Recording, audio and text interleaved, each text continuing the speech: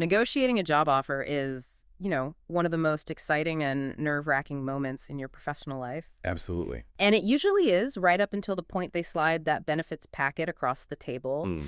And then suddenly you're just drowning in acronyms, HMOs, PPOs, RSUs, FSAs, and that huge decision starts to feel like a pop quiz you did not study for. It's an immediate confidence killer. Ugh. And it's because almost everyone focuses entirely on that one top-line number, the base salary. Right. But if you stop there, you're making a massive mistake. Exactly. So our mission today is to cut through all that complexity. We've pulled apart the sources to give you the ultimate shortcut to evaluating your entire employment package. Yeah, we're going to show you what total compensation really is. How to value all those non-cash perks and the crucial, often missed questions you absolutely need to be asking. Let's start with the foundation, because this whole conversation really rests on two terms people constantly confuse. Which are? Total compensation versus benefits. Okay, let's unpack that immediately. What is the fundamental distinction, and, why does confusing them cost people real money? So total employee compensation is the entire financial value the company is placing on you. We define it with a pretty simple formula. Okay. It's your direct pay, so your salary, bonuses, equity, plus your total job benefits, which are the non-wage perks. The mistake is just equating compensation with your paycheck. So those benefits aren't just like little cherries on top. Not at all. And we're talking about significant value. Yeah. Benefits, when you add them all up, insurance, time off, that retirement match, they can easily add 30 to 40% to the value of your base salary. 30 to 40%. Wow. But here's the critical insight.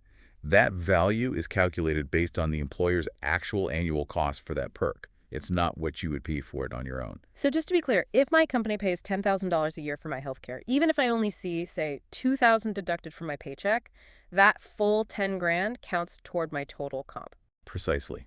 That's $10,000 of invisible income you have to factor in. And that makes the retirement section immediately vital, because this is where that free money truly lives. Let's talk 401ks then. This is really the bedrock of financial security for most people, and the advice is always the same. Contribute early. Yes. Compounding growth is just. It's incredibly powerful. The dollars you put in when you're 25 are exponentially more valuable than the ones you contribute at 45. So what's a good target? A good rule of thumb is aiming for, say, 10 to 20% of your gross salary, especially if you could start early.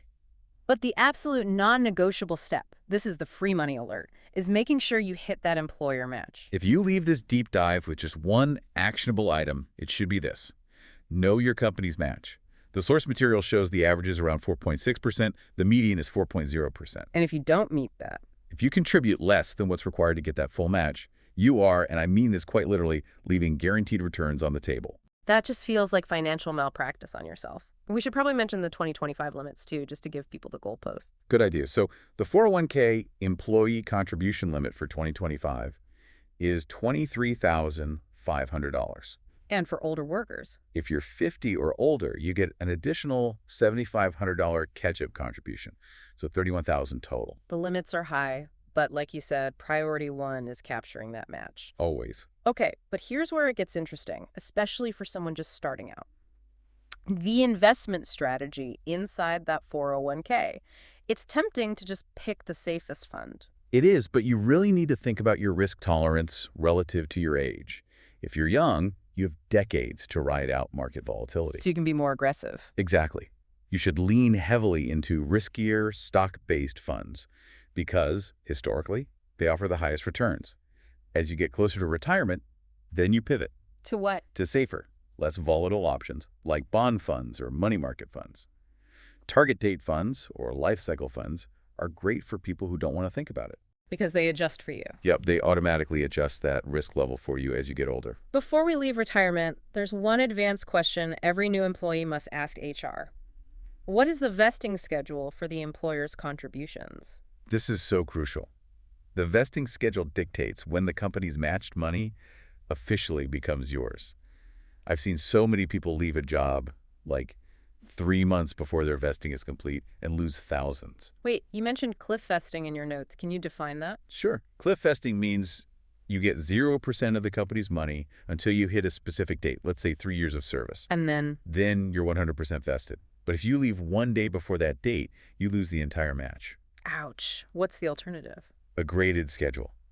That means you vest gradually, maybe 20% a year until you hit 100%, understanding that schedule is key for job portability. That's a phenomenal piece of advice. Okay, moving on from savings to immediate protection. Health coverage. The classic choice. HMO versus PPO. How do we decide? Well, it really just boils down to cost versus flexibility. An HMO, a health maintenance organization, generally has the lowest monthly premium. But it's restrictive. Very restrictive. You have to use doctors and hospitals in that specific network, and you often need referrals for specialists. So it's good for someone young and healthy. Yeah, if you mostly just need preventative care, the savings are usually worth it. And the PPO, that's where you're essentially buying freedom. The PPO, or preferred provider option, gives you much more freedom. You can see doctors outside the core network. But that freedom comes at a cost.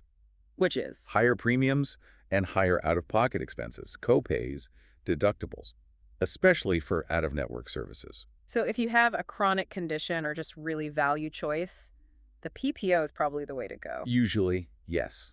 It's the more expensive but more flexible path. And we can't forget the ancillary benefits, dental and vision. Dental is almost always a good bet. The cost is usually pretty minimal, and it covers routine cleanings and x-rays, which can save you from much more expensive procedures later. And vision. Vision is more situational. If you wear glasses or contacts every day, it almost certainly pays for itself. If not, you might just skip it and pay cash for an exam every couple of years. Okay, now let's touch on protection against the unexpected life and disability insurance. The source material was brief on this, but it's so important. It is. Most employers offer some basic term life insurance, usually about 2 times your annual salary. It's crucial if you support a family. But the key word there is term. Right, it's temporary. The employer-provided plan typically terminates when you leave the job. And disability insurance, I feel like this is often overlooked, but for a younger worker, it's arguably more important. And absolutely critical. Disability insurance provides income if an accident or illness prevents you from working. But the key insight here is that the standard employer plan is often not enough. Why not? It typically only covers about 60% of your base salary, and depending on how the premium's paid, that benefit could even be taxable. So you really need to consider a supplemental private policy. Strongly consider it. A long-term disability event is one of the quickest ways to completely derail your financial stability. That's a sobering thought. It's a good reminder that planning isn't just about growth, it's also about protection. Okay, let's transition from pure finance to work-life value, starting with PTO. Paid time off. What's fascinating here is how often this benefit just gets wasted. We saw a stat that in 2017, 52% of employees had unused vacation days. They're essentially just donating time back to their employer. Exactly. And companies should be encouraging PTO because it's vital for preventing burnout and keeping up productivity. And the mechanics of how we get that time off are changing too. We're seeing a big shift from separate vacation and sick days toward a PTO bank. Correct. About 40% of employers now use a PTO bank, just one single pool for vacation, sick time, personal time, whatever. And employees seem to like that. They do. The lump sum feels like more vacation, and they don't have to, lie about being sick to take care of a personal errand. But this structure has some major pitfalls. You mentioned a term, presenteeism. Yes, that's the main downside. Employees might come to work sick, that's presenteeism, because they want to save their days for a real vacation. Which hurts everyone, spreads germs, lowers productivity. And there's a second financial pitfall, this one for the employer, but it affects you when you leave. This goes back to that proactive insight you were talking about. The key takeaway is this. You always have to verify how your PTO is legally classified in your state. Why is that? Because in many states, vacation time has to be paid out when you leave, but sick time does not. If an employer classifies their PTO bank as vacation, they're on the hook for a huge financial liability. But you, the employee, get a guaranteed payout for any unused days. Exactly. That is a must-ask question. We also have to touch on the newest and maybe most ambiguous structure, unlimited PTO. It sounds like a dream perk, but is it? It's the ultimate trust exercise. And while it sounds amazing, the evidence shows that in many companies with unlimited PTO, employees actually take less time off. That seems so counterintuitive. Why? Because without a clear number of days you've earned, there's no cultural baseline. Employees worry about looking lazy or taking too much time compared to their colleagues. So you really have to dig into the company culture. You have to. Ask questions like, what's the average PTO utilization on this team? You need to understand the unwritten rules. That tension in benefits leads us right to the great employment divide. The public sector versus the private sector. This is a classic choice, and the benefits package really defines the difference. If you prioritize job security and stability, government jobs are pretty much unmatched. High stability, rare layoffs. And, often, guaranteed defined benefit pension plans, which are nearly extinct in the private sector. Plus, you get regulated, predictable work hours. Great work-life balance. But if you crave that high growth, high reward, private sector is the path. Right. Private sector jobs usually start with higher salaries and offer variable bonuses. Career advancement can be much faster, often based on merit, not just seniority. And they invest more in training. A lot more. Cutting-edge training, environments that really encourage innovation. It's a different world. The real insight here, though, is how that higher salary in the private sector is often just offsetting a future liability. That's the core trade-off. The private sector is paying you more now so that you can fund your own future. They're shifting the massive long-term liability of a pension onto your shoulders. Whereas the public sector might pay a bit less. But they are funding that future liability for you through their guaranteed pension contribution. You have to calculate that difference. It's huge. That frames the negotiation in a whole new light. Okay, let's move to part 3, the advanced checklist. These are the details most people miss. And they can drastically improve your long-term financial outcomes. First, we need to go back to the 401k and ask about something called a true-up provision. True-up provision. Okay, I'm guessing that's not in the employee handbook glossary. What is it? Some companies have really complex, like tiered or quarterly matching systems. If you, say, max out your contributions halfway through the year, some of those systems might just stop matching until next year. Oh, wow. A true-up provision is a formal calculation, usually done at year-end, that makes sure you receive the maximum possible employer match, no matter when you contributed. So you should just ask, do you offer a true-up provision? Demand to know about the true-up. It's that important. That's a powerful detail. Okay, now let's define some of those acronyms from the start. Let's talk HSAs and FSAs. What makes the health savings account, the HSA, such a financial secret weapon?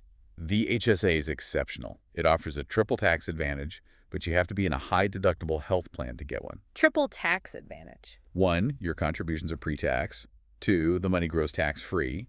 And 3, your withdrawals for qualified medical expenses are also tax-free. Yeah. It's like a supercharged retirement account just for healthcare costs. Okay, so if HSAs are that great, what's the deal with the flexible spending account, the FSA? The FSA is useful, but it lacks that long-term power. The key difference is the use it or lose it rule. I've heard of that. Yeah. Most of the money you put into an FSA has to be spent within the plan year, or you forfeit it. It's great for budgeting predictable expenses like braces or childcare, but it's not a long-term wealth builder like the HSA. Got it. Now, for people in tech or finance, equity is often a huge part of the package. RSUs, stock options. Let's define them before we talk about the tax mistakes. Good point. Equity gives you a stake in the company's success. RSUs, or restricted stock units, are basically a promise to give you shares after a vesting period. And once they vest? They're yours, and they're taxed as ordinary income. And stock options are different. Very different. Stock options give you the right to buy a certain number of shares at a fixed price, the strike price. If the company's stock goes up, you can buy it cheap and sell it for a profit. Much riskier, but the potential reward is higher. So what's the biggest mistake people make here, tax-wise? The biggest mistake is exercising those options without being prepared for the immediate tax hit. Depending on the option type ISOs versus NSOs, you can generate an enormous, immediate, and really unexpected tax bill. So the advice is? Always consult a tax advisor before exercising. And always ask HR how retirement or leaving the company affects any unvested equity you hold. One final crucial piece of long-term planning, retiree health care. This is a massive gap for most people. It's a huge gap. Most people will retire before they turn 65, which is when Medicare starts. That gap, potentially years of self-funded health care, can be crippling. So a company that offers a plan to bridge that gap. A retiree health insurance plan, or even just a formal transition plan, is a benefit that provides immense security. It should be weighted very heavily if you plan on staying there a long time. Okay, finally, let's put all this into context. Because depending on the industry, the benefits packages look dramatically different. Absolutely. Looking at the 2025 data, information technology and finance and insurance are the clear leaders. IT, for example, has 90% health access and high rates of PTO and remote work. So if you're in tech, you should be pushing for more. You should be pushing for 100% employer-paid premiums, not just basic access. And the laggards, where should you be prepared to negotiate harder? The struggling sectors are typically retail, trade, and hospitality. Retail only shows about 45% health access, 43% retirement access. Hospitality is even lower. So in those jobs, you're negotiating for coverage at all. You are. The default package is just far, far leaner. This deep dive has really hammered home that evaluating a job is so much less about the headline salary and so much more about calculating the complete value of the employer's investment in you, that 30 to 40% multiplier. It's the difference between a short-term paycheck and actually building long-term wealth. If you understand the match, the PTO policies, your vesting schedule, you can turn a good offer into a foundational launchpad for your entire financial future. So here is the final provocative thought for you to chew on. We discussed the complex comparison between the stability and pensions of the public sector versus the high-risk, high-reward world of the private sector. If you were comparing two seemingly equal job offers right now, and you knew that benefits were valued at the employer's actual cost, which single non-cash benefit like a strong pension contribution, a massive professional development budget, or superior retiree health care would you assign the highest personal long-term value to right now, and why?